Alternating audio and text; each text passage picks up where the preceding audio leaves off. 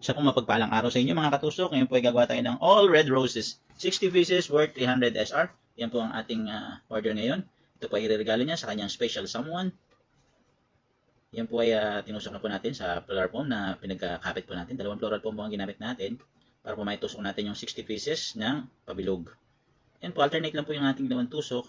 Paikot, babalansin lang po natin yung sukat para po saktong-sakto na nasa gitna po ng floral foam ang ating red roses. Dapat po yung tusok natin is tama lang. Sukat na sukat para hindi po siya pangit tingnan. Dapat pantay po siya. Nakaplat po siya na pabilog. Iikot naman po natin yung ating floral foam para mai-circle po natin yung ating bouquet. Ang request nyo po ay white wrapping paper ang ating gamitin. Ito po ay ibibigay niya sa kanyang may bahay. Butihing may bahay.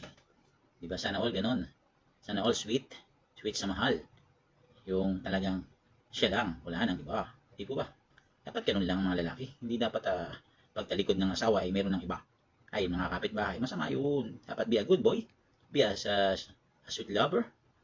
Dito sa Saudi, maraming sweet lover dito. Talagang pagmahal nila, mahal nila. Ibuhos nila lahat ng pagmamahal. Yan po ay malapit na natin matapos ang ating 60 pieces red roses. Pagkatapos natin yan, babalutin na po natin. Una po, yung naputol po tayo ng triangle. Triangle po ang ating gagawin sa unang balot. Bali isa pong labo at puti ang ating gamit. Yung malabong pagkaputi at puti. Para po magandang tingnan. Balanse. Yan po na nabalot na po natin. Tapos nalagyan po natin ng tilupi naman. Sa lahat ng side.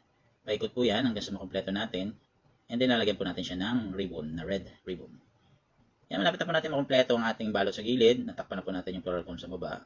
Kompleto na po natin. Ilalagyan po natin ng ribbon. Yan, lagyan po natin ng ribbon. Yung ka. And then nilagyan po natin siya ng lemon leaf.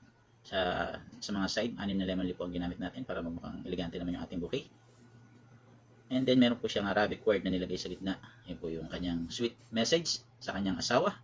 I hope nagustuhan niyo po ang aking elegant bouquet, 60 pieces worth 300 SR. All red roses bouquet for special loved one. I hope nagustuhan niyo po ang aking simple tutorial. Thanks po. Paki-like and share, follow na rin po ako. Lambing lang po. Salamat po.